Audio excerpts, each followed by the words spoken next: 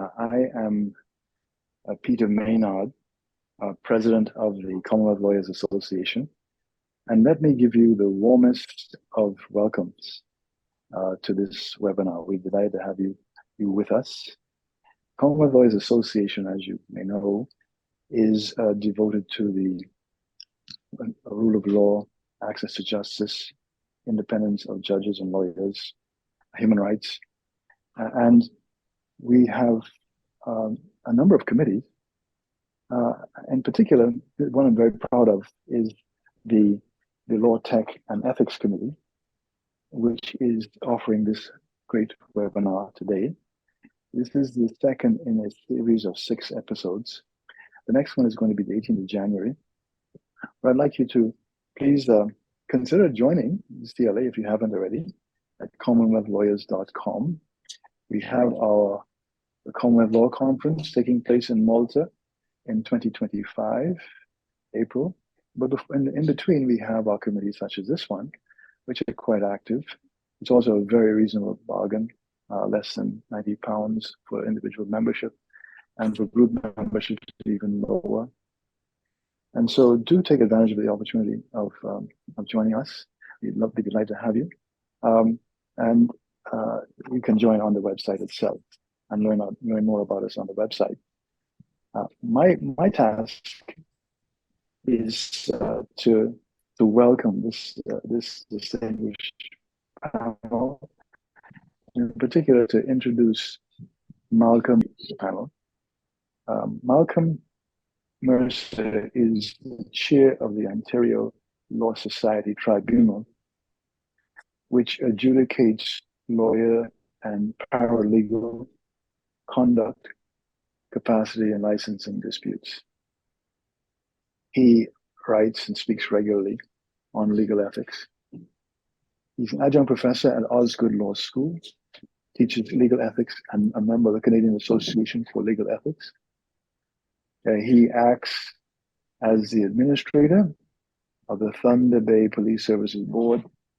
He was previously elected bencher and treasurer, president of the Law Society of Ontario, which regulates lawyers and paralegals in Ontario. Malcolm has been a member of the Ontario Judicial Council, chair of the Ethics and Professional Responsibility Committee of the Canadian Bar Association, ethics and regulatory team lead of the CBA Futures Project. He's also been general counsel to and litigation partner of McCarthy Tetrol, LLP, and member of the Immigration Appeal Division of the Immigration and Refugee Board. Let me turn over the floor now to Malcolm Mercer. Welcome, Malcolm. Thank you for that introduction, Peter. I'm pleased to be here. My first job as the moderator of this panel is to introduce our 2 panelists. As the audience will see, we have Sikin Datsugulam and Inhan Shum. Sikin is a member of the Sabah Law Society in Malaysia. Her original university training was in cyber law and intellectual property, a focus in that. She practices both criminal and civil litigation, conveyancing, and cellular law. She's previously worked for government and in large commercial projects. She has some time ago founded her own firm, Sikin & Co. And she works both domestically in Malaysia as well as participates internationally in the governmental and private sectors. She has, if you want to have a look at her on the internet, she has interesting postings of awards and honors for her work, and I recommend that to you to have a look. Inhan Shum is a solicitor advocate in Hong Kong. She has a special interest in legal compliance in the use of technological tools. She often advises clients in data privacy, privacy policies, website terms, and practical solutions in cybersecurity incidents, which must be an active business. Inhan publishes widely on topics including data privacy, cybercrime, blockchain, artificial intelligence technology, anti-money laundering, labor discrimination, So she's obviously got an active interest in very much the areas in which we're involved. Today, she as well has the further perspective of sitting on the council of the Law Society of Hong Kong, where she sits on a number of committees, but the one which is, I think, most interesting for our purposes is that she is a member of the working party driving the amendments to the Hong Kong Solicitor's Guide to Professional Conduct, which is obviously relevant to our topic today. So I won't say more because you're all wanting to hear our presenters. They will each present, and when they've done that, we'll invite the audience through the Q&A to ask any questions, which I will then pose from the Q&A to our two panelists. So let's start with Shikha. Thank you, Malcolm. I'll take it from here. Can I have my slide? Thank you. Yeah, let me get started. So today is the second webinar on the artificial intelligence. So I believe all of you have participated in the first one. However, if you are not, then I'm happy to just give a brief what the artificial intelligence all about. So next slide, please. So according to, this is the definition, according to OECD in 2019. I believe you have a copy of these slides. So according to them is number one, perceived real or virtual environments. Number two, abstract those perceptions into models through analysis in an automated manner. For example, machine learning or manually. And thirdly, use model inference to formulate options for the outcomes. So this is the definition of AI given by OECD in 2019. However, next slide.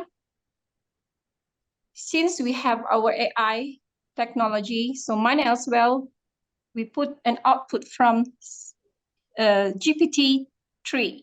I know today we have GPT-4 already. So what happened? The definition of AI stands for artificial intelligence. AI is the result of applying cognitive science techniques to artificially create something that performs tasks that only humans can perform. Okay, for example, reasoning, natural communication, and problem solving. So AI is important because it has the potential to help humans become better at completing cognitive tasks and also to automate tasks that are currently difficult or impossible for humans to do. Next slide, please.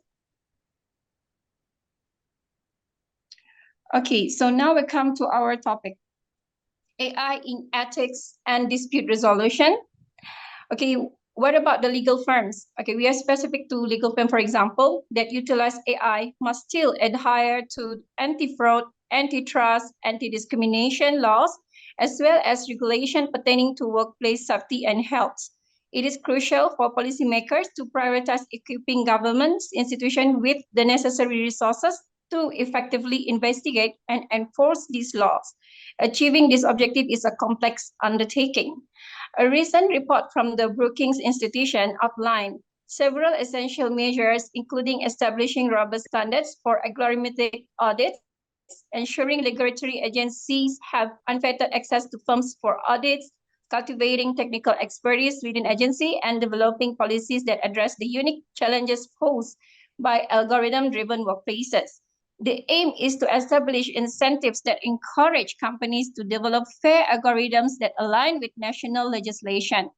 As evidenced in a case study on hiring practices, well-designed algorithms have the potential to reduce bias, and many companies express a desire to employ algorithms to address instances of discrimination. However, without appropriate oversight and regulation, the potential for positive transformative change is unlikely to be fully realized. Next slide, please. So what are the impact of AI at workplace? So in his work, published in 2021, this would explore the widespread of implementation of algorithmic management in various workplaces. So he come to this impact. Next slide. So let's examine the scenario of digital platform facilitating taxi services or home deliveries. Okay, I believe everyone knows what is AI. So This is our example, like in our everyday life. Okay, next slide, please.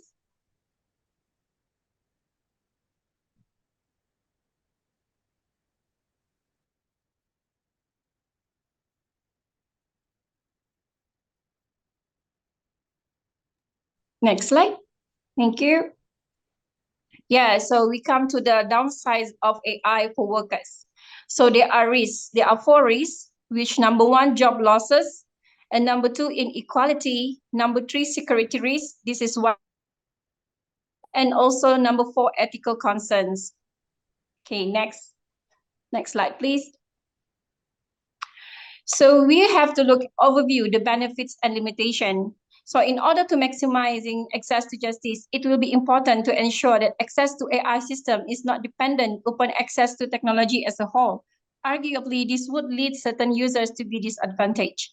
This will require one of 2 things: either the creation of an intuitive interface which can be utilized by the vast majority, or the deployment of intermediaries to aid communication between clients and AI system. Obviously, this second solution is not ideal in that it partially counters the major benefit of AI use, the removal of the time resource constraints associated with human agents. Next. Of further interest is the gaps which might open up between parties with access to AI system and those who do not. Okay, this is difficult problem to solve. On the one hand, the creation of a 2-tier system will be detrimental to justice, but on the other hand, it would be an unpalatable state of affairs to curtail the development of important technologies with great promise. Perhaps the most beneficial outcome will be to rely upon the natural processes of technological development to deal with this balance issue. Certainly, those parties which are already advantaged, for example, the wealthier organization and their clients, will have access to advanced AI technologies before others. But over time, it is likely that the technologies will spread and become more prolific at all levels, just as any other computer technology has in the past. Next slide. Therefore, the most likely outcome is the unsettling observation of disparity at the onset, which then levels off over time. Of greater concern is the fact that changes in legal area or the art culture might occur as a result of this temporary disparity, which may not be rectified in the short term, especially if it is accompanied by the erosion of the role of junior lawyers. In order to ensure that low-cost dispute resolution services are maintained, there will be either have to be a renewed commitment of organizations using AI to provide pro bono services or a commitment of additional government resources to the legal aid system. Next slide, please.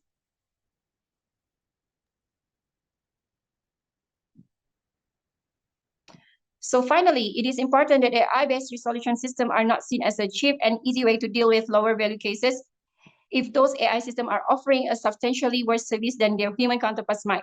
To do so would be to create a system in which the application of justice is dependent upon one's bank balance. All right. Next slide. Okay, however, this is our case study in Malaysia. What happened was only in 2020, we start using the sentencing decision by using AI. But this is just a mere giving suggestion to the magistrate or to the judge. And after that, the judge will give the verdict. So what happened was in the court, in 2020, February 2020, there's one lawyer actually argued because the AI use actually giving a harsh decision compared to human. So the question now is, if let's say the court make it a mandatory to using AI, so there is a possibility the sentence given is very harsh compared to the human being, compared to the judge. And for instance, like one of my cases, like for now, like drug cases, the drug case, right? One of my cases, the prosecutor failed to inform the court that that my client actually having a previous conviction. So what happened was the judge actually just gave him fine without imprisonment. So that's what happened when we deal it with human. However, this AI, they're going to have all the algorithms reading for the past 5 to 20 years. So obviously the record will be there. So there will be no error as compared to human being. So that's all from Malaysia. Thank you. Back to you, Malcolm. I Thank you just so much. got 15 minutes for this. Thank you. Well done. Go ahead, Hinam. All right. Hi. Thank you. I don't know if anyone wants to ask any questions to Shikun for her very good presentation. We're If going not, to have Q&A after this, after your all presentation. right. Okay. Shanihan. It's great. Okay. So I'm going to jump to my presentation. I'm just going to quickly share my screen and hope that the PowerPoint works. But before I do so, I do want to just let you know that there will be some interactive parts in my PowerPoint. So please stay tuned. Okay, so let me share my screen. All right. Okay. Here we go. So I'm going to talk a little bit more from the Hong Kong perspective on AI and ethics and litigation and dispute resolution. I'm actually a solicitor advocate, and I'm also a mediator. So I'll hopefully bring in some perspective from that angle as well as just as a solicitor in private practice or as a lawyer in-house capacity. So in Shikan's PowerPoint, you heard a bit about the definition of artificial intelligence, so I won't go too into detail, but just I've set out in the slide some overview of what type of items or what type of concepts are actually in the current artificial intelligence world that we see. So most of it, of course, is algorithm-based. Ultimately, it's all programs. It's synthetic, man-made things that are mimicking, for lack of a better word, mimicking the intelligence that humans usually have or exhibit. And there's these new algorithm programs, which are called natural language processing. I say new, but they're not that new. But they've been around for a long time. But they're now in the spotlight because of programs like ChatGPT, where you can converse with a machine and it sounds like you're conversing with a person. But this type of technology has existed for a while. For those of you who have had smartphones for the past 10 years, you will remember programs like Siri, or if you have the Google, you have Alexia. And those are also programs where you can talk to the machine and the machine has a response, kind of like a human response. And this is special because machines generally speak in code. So it's just binary numbers to each other. But by forming words, by forming a natural language output, humans can then understand.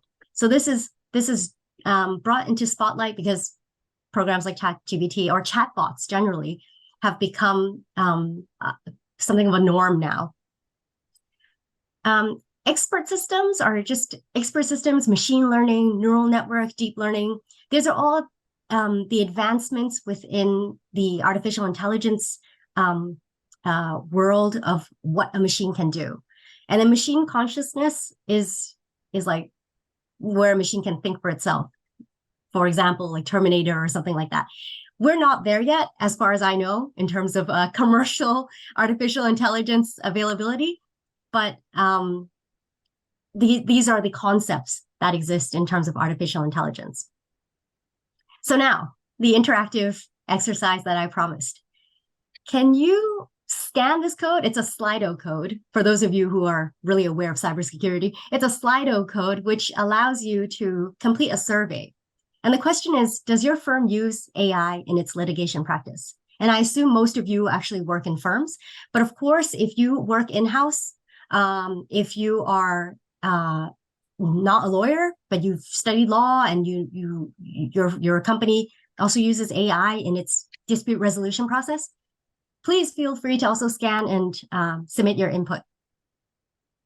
So I'm just gonna, it's quite a quick program. I'm just gonna give you a couple seconds to scan, answer the question, and then I'm gonna share the results shortly. Okay, hopefully everyone has had a chance to scan. I'm going to stop my screen so that I can click into the online immediate response to see what you guys have stated.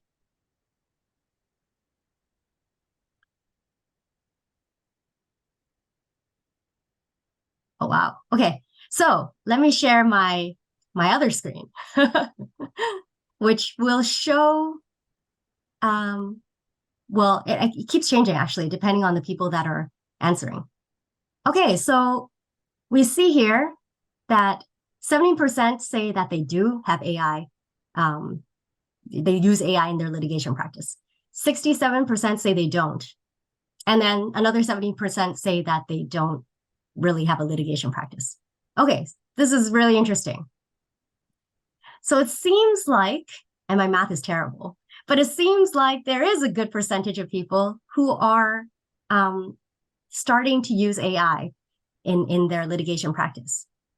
So now that comes to my next question, which I will also share my screen again so that you can all click into it. So question 2, if your firm uses AI, so that's those 17% who answered yes to it in your litigation dispute resolution process, what do you use it for? And this is a word cloud. So you can input whatever comes into your mind, but there is a character limitation of like 25 characters. But you can keep inputting things, and hope everyone has had a chance to click on it. I'm going to go straight to the website and see the words pop up as they go. Okay.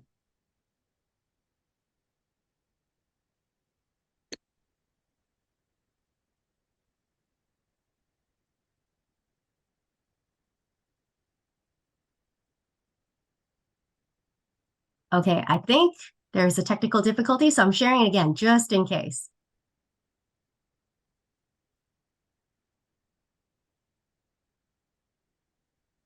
Okay, everyone's got it?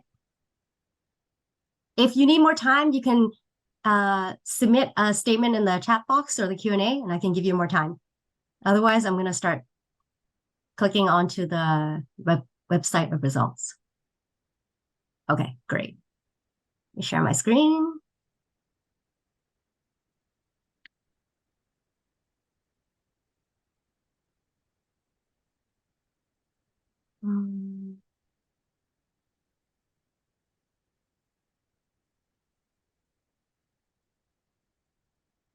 Sorry, it's loading very slowly.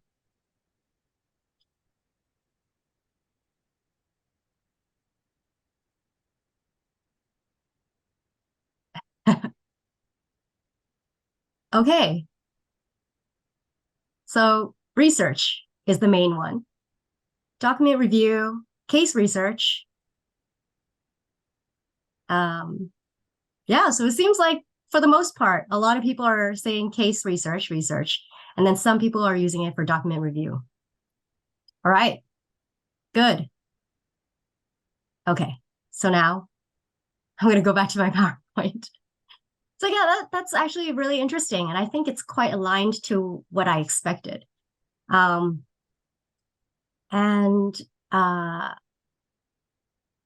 it does go into my thoughts on how on the role of AI and how we as lawyers should utilize AI. So going back to this. All right. So AI, of course, is something very useful. We have, as mentioned earlier, you can use it for case review, you can use it for research, document review, and this is increasingly popular amongst clients, because no longer do we need to spend 5 days with a team of 20 people going through 2 rooms worth of documents for discovery process, when you can click or scan everything into your cloud or your data room, and then there's an e-discovery or some sort of platform that allows you to quickly identify key prompts so that you can narrow down your search. But in that process, and also for case law as well, if you do research, it's probably easier. Like if you have ChatGPT, you probably just ask them, is it illegal to cross the road? And they can generate a bunch of laws and generate a bunch of answers for you. But can you rely on that? can you just close your eyes and rely on this program that you may not know the coding for, you may not know how it operates, this black box? Can you rely on it and trust that it's giving you exactly what you would have found if you went through the process to, dig through those files and read them and spend the whatever, however many hours? So this comes down to a question of risks. And I've identified 4 main risks that relate to AI and in the litigation and dispute resolution scheme. So data bias and data limitation is one of them. When you use any AI tool, the AI tool has to be programmed at the onset. Like, someone has to program it. Someone needs to train it with data so that it can generate the results. So in essence, it's really just to simplify, and of course it's not as simple as that.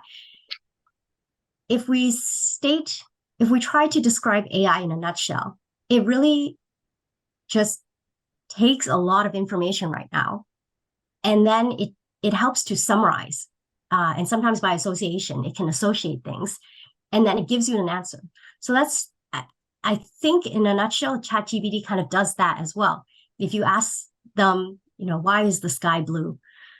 Maybe it will locate a bunch of sources, of course, from scientific sources, but also it might locate information from fictional sources or other sources. And then it will compile all this information into one blurb, and then it will send it back to you. And this is based on all the information that it's been given. It doesn't generate new information. It takes all the information that's been given and it generates like a summary or a consolidation of those things. So really, if you never input the right data into that program, then it will never have the right data. And that's an example that can be seen is how ChatGPT, if you ask them for information after September 2021, they are not able to give it. The program is not able to give you that information because the training, the database that it was given to train its ability to use natural language processing to give you an answer is limited by a time. And therefore, there is that data limitation issue. But this is not just in terms of like, oh, there just might be less data. It's very risky when it comes down to legal cases, because in common law, we rely on case law. We rely on updated laws that the courts make by interpreting our statute, by interpreting and taking into account the societal values presently existing at the time that judgment is made. Which is why in criminal cases, for example, you can see that, and in Hong Kong, this is a real example. Perhaps drug cases in the past might have, at the very start, might not have had as tough a sentence as they do now, because maybe there's more drug use. And I think there were examples of this, where the more prevalent a certain crime is, the more the court needs to issue a deterrent sentence in order to stop that, to educate the public, and the like. So there's a changing, the law is a living thing in common law. It keeps changing based on the way that the society evolves. So if you're asking a data program that is limited to data from 10 years ago, then you won't be able to have all the new case law that exists within that 10 years up to now.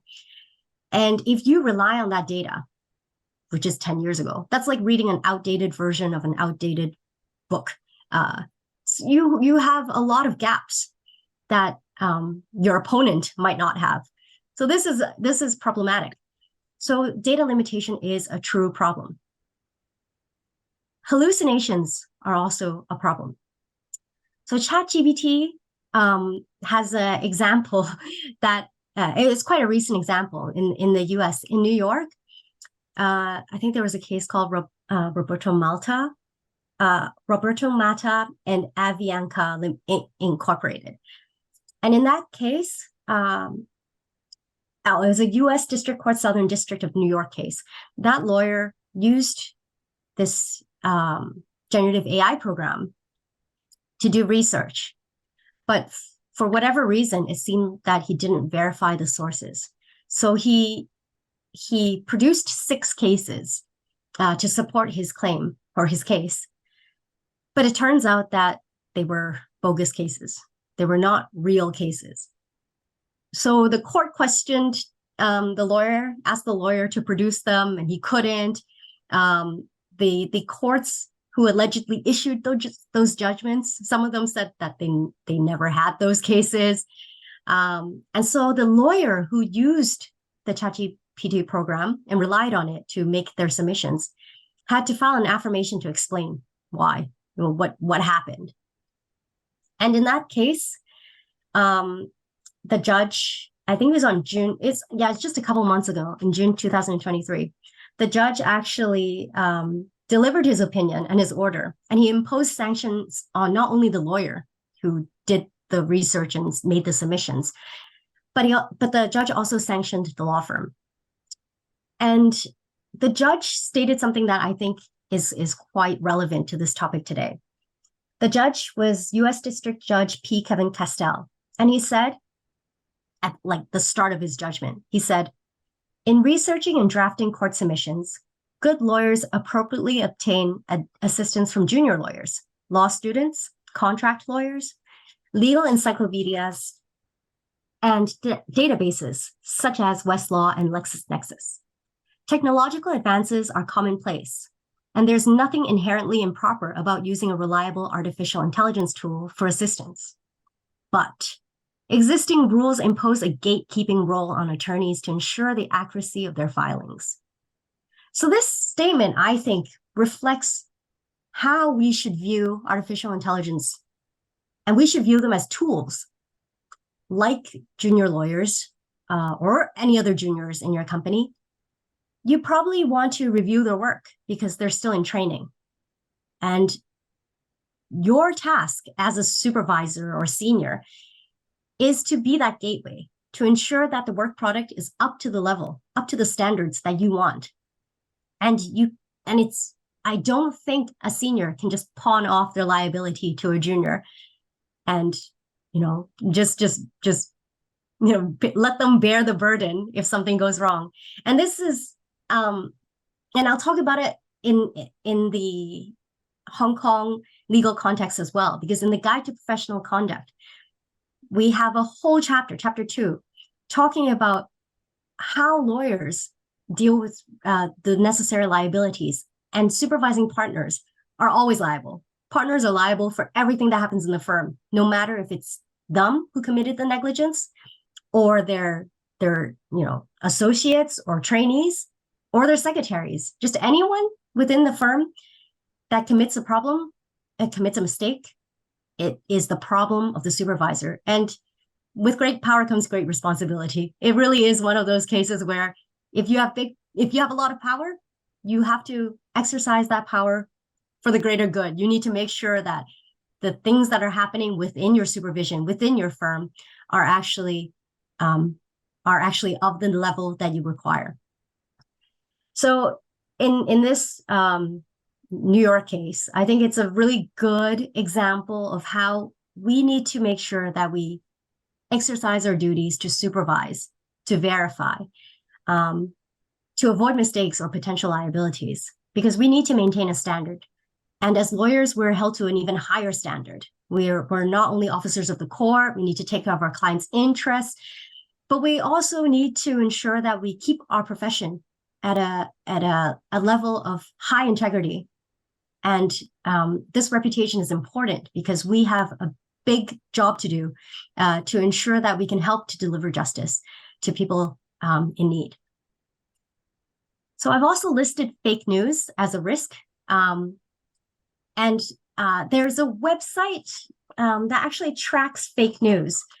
I don't have the information on the top of my head, but they found that there are websites from more than 10 languages that have fake news generated by programs. So it's not even run by humans, just programs generating fake news. Of course, maybe someone out there is prompting the machine to do it, but fake news can be created by AI programs in a second or two. It's very easy. So when we check our sources, when we want to use something in a litigation, we want some evidence to support our case, we really do need to check where it's coming from. Can it be relied upon? And then also for AI tools and usage in the litigation and dispute resolution scene, we need to be aware of privacy and data breach. And of course, privacy and data breach are risks, no matter if you're online or offline. So people in the past, if they left their court file in a coffee shop, that is a potential risk of data breach or breach of privacy, because in that file, there's probably some personal data from somebody. There's a lot of data, generally. And as lawyers, we also need to keep all our clients' information confidential. In Hong Kong, for example, that would be Chapter 8 of the Guide to Professional Conduct. And it's a very long chapter talking about data breach and the need to report to the client, and the need to report to the insurers promptly if there's issues like that. So there's a lot of guidance on data breaches and privacy. And it's important to remember that when you're using AI, you also need to take into account the privacy and data breach risks. Even if the AI is on your phone or your computer and it's your computer, you think you can just, it's in your secure custody. But the way that AI works is that it connects to the internet. So there's a way out to the external world. And for some technological tools, not just AI tools, but some technological tools require you to have they operate by having a cloud to store information, to run information. And so there is a risk that if you send anything through a third-party platform, such as an AI software, somebody out there can have access to it, and somebody out there can store it somewhere else, and it could even cross borders. And if you have data privacy laws that restrict your transfer of data across jurisdictions, that would be a concern. So the moment you feed in an agreement into an AI tool and ask them to help you translate it, for example, you need to seriously consider, would that AI tool actually collect all the information that's written in your contract? So if you have your contract party's name, address, passport number, is that somehow collected somewhere and then stored somewhere? And what happens if that storage cloud or whatever it is gets hacked? Then what happens? Then all this information gets revealed, and this is a risk. And this is why a lot of law firms actually have internal IT persons to set up firewalls, to set up a lot of security measures in their devices. They have two-factor authentication. They have access restrictions so that information does not travel out so easily by accident. There's also, of course, in Hong Kong, it's often advertised that you need to make sure you seriously consider what type of information you collect when you collect it as a data user. So minimize the amount of information you collect. Only collect what you need, because the more information you collect, the more information you need to keep secure, and the more information you need to track to make sure that if somehow your system gets hacked, then you need to know what information has been compromised, who to notify, what to do. And the more you have to deal with. So data minimization, collection in the minimization is something that is quite a prevalent concept in the data privacy world. And this is also seen not only in Hong Kong laws, but also our Hong Kong guidelines from the Privacy Commissioner, but also with, for example, the GDPR, the General Data Protection Regulation. They have very stringent rules, but they also have the 72-hour notification requirement, where you have to then notify the persons that have been a victim of this type of data breach. And so it's really important that you really know what's going on, the data mapping, what information you're feeding where. And so when you use AI tools, this is something to consider. So these are some of the risks. And I mentioned earlier in the Guide to Professional Conduct, we actually take into account a lot of different conventional scenarios that may arise that lawyers need to be aware of and need to be able to deal with. But in our code, we have this special provision as well. This is Principle 1.07. So it's the first chapter of our Guide to Professional Conduct. We actually have a provision on information communication technology. So this covers all types of technology, including AI. And pretty much, in summary, any lawyer who uses technology, they need to make sure that they're complying with the rest of the Guide to Professional Conduct, which would include confidentiality, competence. Are you exercising due care and skill, diligence in using this? Are you dealing with the information in a way that's with integrity? So this has already been in our guide for a while, and this provision is something that we look to now because there's more and more use of AI in our legal practice. So that's very quickly lawyers. But in Hong Kong, the judiciary has also been testing other AI tools, and this includes transcription services in court hearings, so they can automate, immediately transcribe the hearing, but it's still in testing. And then we also have online dispute resolution platforms in Hong Kong that actually use AI. So EBRAM is a new platform for mediation, arbitration, negotiation, and they actually run instant translation services for various languages. So this actually uses AI software in its in its exercise of its or when it runs its processes. Just a really quick highlight, in Hong Kong, we also have this guidance on the ethical development and use of artificial intelligence. And this is really a guidance from the government, which advocates the best way to use AI in an ethical way.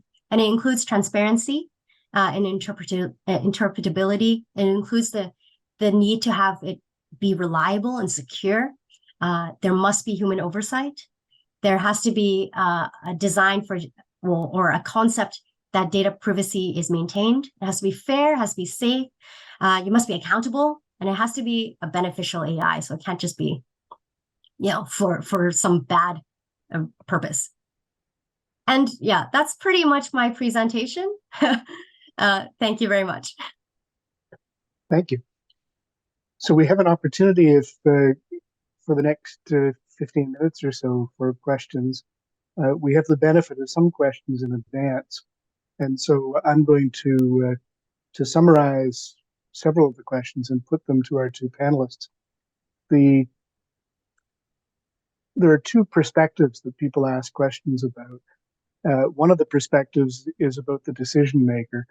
And in the questions we got in advance, there are 4 separate questions which really ask the same thing, which is, if we don't trust the people who currently are our decision makers, our judges, some countries, the questions suggest are more corrupt. Sometimes it may be the decision maker just isn't very good at what they do.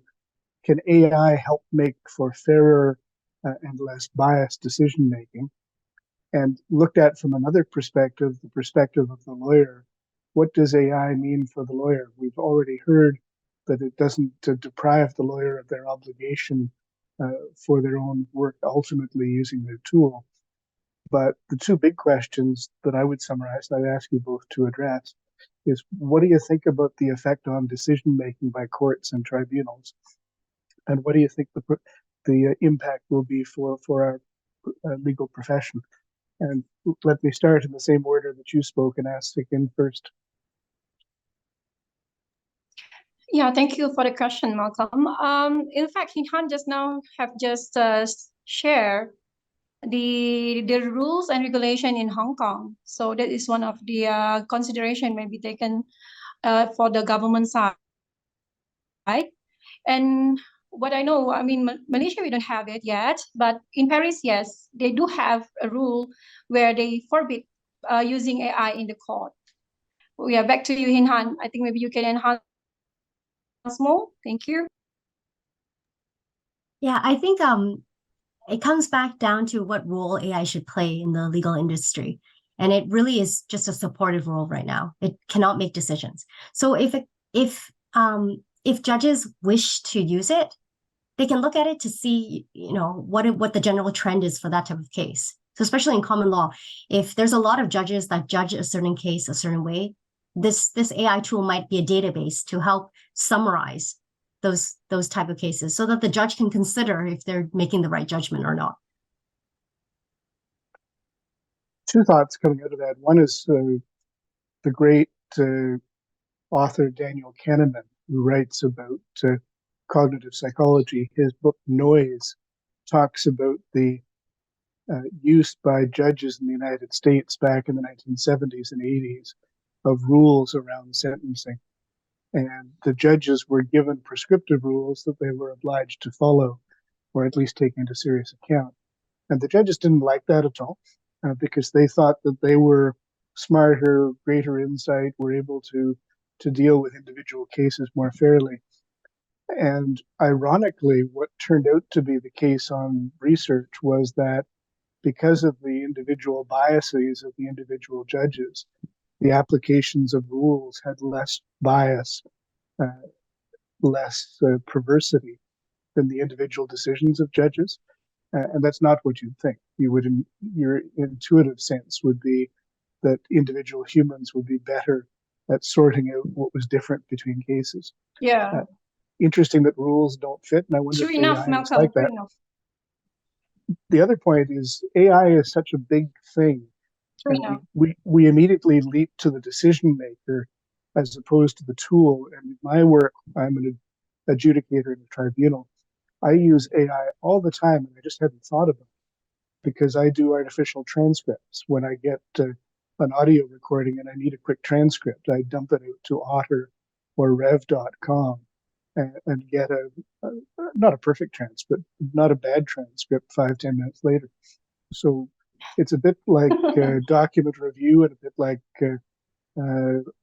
automated contract interpretation. The different uses are so varied. So do you think we're going to be replaced by all that? Question for both of you. Not really. I think they're like I told you just now, France, they don't. And yeah, Hinhan, you highlighted the other day about China, right? And I managed to find out there's actually they do have one in Shanghai, but not at the other parts of China. So because the other part of China, they are not willing to use AI for the sentencing. But Shanghai, they do have in 2019. So Malcolm, yeah, does it answer the questions? Is there any others? I'm going to turn to Hinhan to see what she thinks. Yeah, I'm a practitioner in Hong Kong, so I'm not a practitioner in the People's Republic of China. But my understanding is that they do have smart courts and they utilize a lot of AI for immediate transcription services, and they have blockchain evidence type of tools that enable people to load their evidence up and create an evidence chain. And as Shikan mentioned, I think the Shanghai courts in 2019, they also have this ability to have a database of sentencing guidelines and sentencing judgments where the judges can look to and use that as a reference to check especially if there is some sort of major deviation in terms of the sentencing. So this is something that they can use as a tool. But it comes back to the question that we were chatting about the other day, Malcolm, as well. When we're using AI, I don't think we're using it as an actual decision-making thing, but it's really more of a tool that helps us to come to the decision, because I think AI cannot undertake the task of critical thinking like humans do. So even though it can consolidate information really quickly, ultimately it's a calculator, it's a computer. It puts all this information in and it can generate a result. But in the human mindset, especially in a common law setting, where the societal values are reflected in the evolving law that the judges create, it really comes down to how we think about the whole matter, I think. And I think machines don't have that. And also the human factor of the judge is something important. The empathy, the ability to understand, outside just the black letter law, but how it should be applied in order to ensure fairness and equity is something that the AI tool might not be able to grasp yet. One of the things that I think about, Hinhan, when you just said what you said, was the nature of artificial intelligence, at least in its modern version, is to look at patterns in great, huge masses of data, and to be able to apply a pattern to the particular circumstance. So if you ask ChatGPT about a particular thing, it'll look for the patterns in the data. And so what you just said, I think, is interesting, because if we have artificial decision makers looking at past patterns, then there are advantages to that. And I'll give you one advantage if it's done well. In Canada, we have a number of immigration officers who make decisions at the starting point, and they're not all that consistent. They don't follow the rules as well as they could, and maybe looking at patterns is a good way to help have more consistent decisions, as long as a human being is looking at them. But it freezes you in the past. It doesn't allow you to develop. And the good example of that is the use of resumes. I think it was in Amazon, where they had artificial intelligence look at resumes, and what they discovered is they hired a lot of men because the pattern was to hire a lot of men. And so maybe that's the upside and the downside. You have a better look at true patterns, but you never change. Yeah, I think that's a really good comment. Oh, sorry. Go ahead. Yeah, because ultimately, we don't want to live in the past. We want to keep improving. And I think that's really interesting. Like, understanding why we arrived at a certain decision in the past is important for us to understand how to arrive in the future, I think. Hard to challenge the logic of the pattern if you don't understand the logic of the pattern. Just knowing it's a pattern isn't quite enough. We actually have a question in the question and answer, but it is, can we have transcripts of this webinar? So the answer, we'll have to find out, because I don't know. What do you think we ought to be doing to be preparing for the next step? Should we just wait for it to happen, or and let it happen to us, or are there ways we can get ready for the next step if you can predict what it is? What do you both think about that?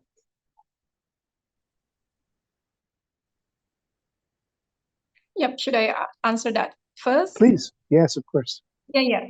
So what happened now is we already left behind. In fact, I went to the States in 2017. I managed to hire artificial intelligence lawyers over there in 3 states, New York, San Francisco, and Los Angeles.